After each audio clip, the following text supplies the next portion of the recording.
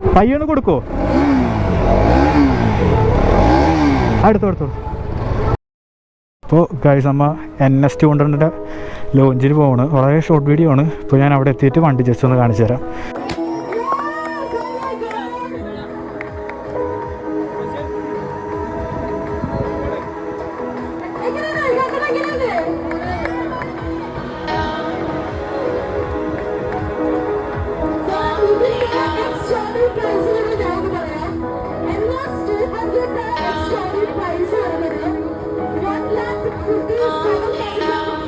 അപ്പോൾ yes guys, ഇതാണ് നമ്മുടെ ഏറ്റവും പുതിയ NS200 കേട്ടോ. അതേ ലോഞ്ച് കഴിഞ്ഞിട്ട് നേരെ ഇങ്ങോട്ട് കൊണ്ടുവന്നതാണ്. അപ്പോൾ നമ്മുടെ ബജാജിലെ ഫ്രണ്ട്സാണ് നമുക്ക് ഈ വണ്ടി നിശ്ചയൊന്ന് ഫസ്റ്റ് ലുക്ക് ചെയ്യാൻ വേണ്ടിയിട്ട് കൊണ്ടുവന്നിരിക്കുന്നത്. അപ്പോൾ ഇതാണ്, എനിക്കറിയാം ഇരുട്ടാണ്, ഒന്നും കാണാൻ പറ്റില്ല, പക്ഷേ ഫുൾ ബ്ലാക്കിൽ ഇതാണ് കേട്ടോ ആ ഒരു പുതിയ NS200 എന്ന് പറയുന്നത്. അപ്പോൾ ഇതിൽ വന്നേക്കുന്ന മേജർ മാറ്റം എന്ന് പറയുന്നത് ആ ഒരു DR വന്നിട്ടുണ്ട്. ഇപ്പോൾ കാണാൻ പറ്റും, ആ ഒരു നല്ല ഷാർപ്പായിട്ടുള്ള DR വന്നിട്ടുണ്ട്. അത് കൂടാണ്ട് തന്നെ ഹൈ ബീമിൽ ലോ ബീമിൽ LED ആയിട്ടുണ്ട്.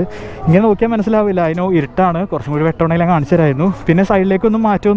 പിന്നെ നോക്കുകയാണെങ്കിൽ നമുക്ക് LED ഇൻഡിക്കേറ്റേഴ്സും കാണാനൊക്കെ വന്നിട്ടുണ്ട് കേട്ടോ. ഇപ്പോൾ ആ ഒരു ബജാജ് KTMനുള്ള അതേ ഇൻഡിക്കേറ്റേഴ്സാണ് ഇവിടെ വന്നേക്കുന്നത്. പിന്നെ നമ്മൾ പാസ് ലൈറ്റ് ഇടുവാണെങ്കിൽ നമുക്കിവിടെ എന്താ പറയുക, കണ്ടോ ആ ഒരു ഫുൾ ബീം കാണാൻ പറ്റും. ഇവിടെ നമുക്കാണെങ്കിൽ ഹൈ ബീം വരുന്നുണ്ട്, ഇവിടെ ലോ ബീം വരുന്നുണ്ട്. പ്രൊജക്ടറൊന്നുമല്ല, ഒരു ഫുൾ ഓൺ നമ്മുടെ ഡോമിനാറിലൊക്കെ കണ്ടെന്ന് പോലത്തെ ഒരു LED ഹെഡ്ലൈറ്റാണ്.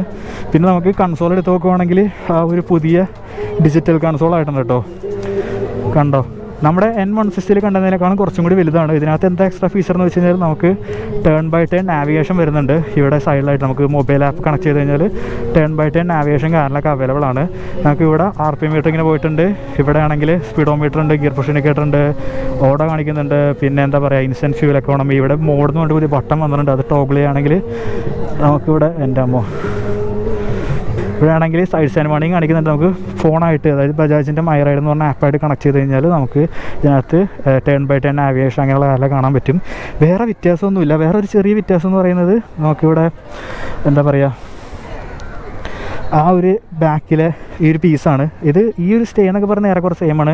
പക്ഷേ ഈ ഒരു പീസ് കണ്ടോ, ഒരു ചെറിയ വ്യത്യാസമുണ്ട്. നമ്മുടെ ഡ്യൂക്കിനെയൊക്കെ ഓർമ്മിപ്പിക്കുന്ന പോലെ കുറച്ചും കൂടി എക്സ്റ്റൻഡ് ആയിട്ടുള്ള പീസാണ് തന്നെ. കാരണം പുതിയ LED ഇൻഡിക്കേറ്റർ വരുന്നതുകൊണ്ട് തന്നെ ഒരു പീസ് ചെറിയൊരു വ്യത്യാസമുണ്ട്, കുറച്ചും കൂടി തള്ളി പുറത്തേക്ക് ഇരിക്കുന്നത്. ബാക്കി എസെൻഷ്യലി സെയിമാണ്. ആ ഒരു same 199.5cc liquid cooled engine, എന്താ പറയുക 24.5 PS, 300 mm മാസീവ് ആയിട്ടുള്ള ഡിസ്ക് വരുന്നുണ്ട്. ഗ്രമേക്കേൻ്റെ ബൈക്സാണ്, വൈബ്രയിൽ അത് മാറി. പിന്നെ ഒരു 33 mm USD ഫോർക്ക് വരുന്നുണ്ട്.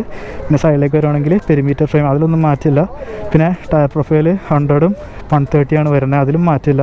സെയിം ഹാസ്, ബാക്കി എല്ലാം സെയിമാണ്. ഇനി ഞാൻ കയറിക്കുവാണെങ്കിൽ മേജർ മാറ്റം ഒരു കൺസോൾ ഞാൻ പറഞ്ഞു. സീറ്റ് ഹൈറ്റിലോ അങ്ങനെ ഉള്ള കാര്യങ്ങളൊന്നും മാറ്റമൊന്നുമില്ല, എല്ലാം സെയിം തന്നെയാണ്. ഇതാണ് കേട്ടോ പുതിയ വ്യൂ എന്ന് പറയുന്നത്.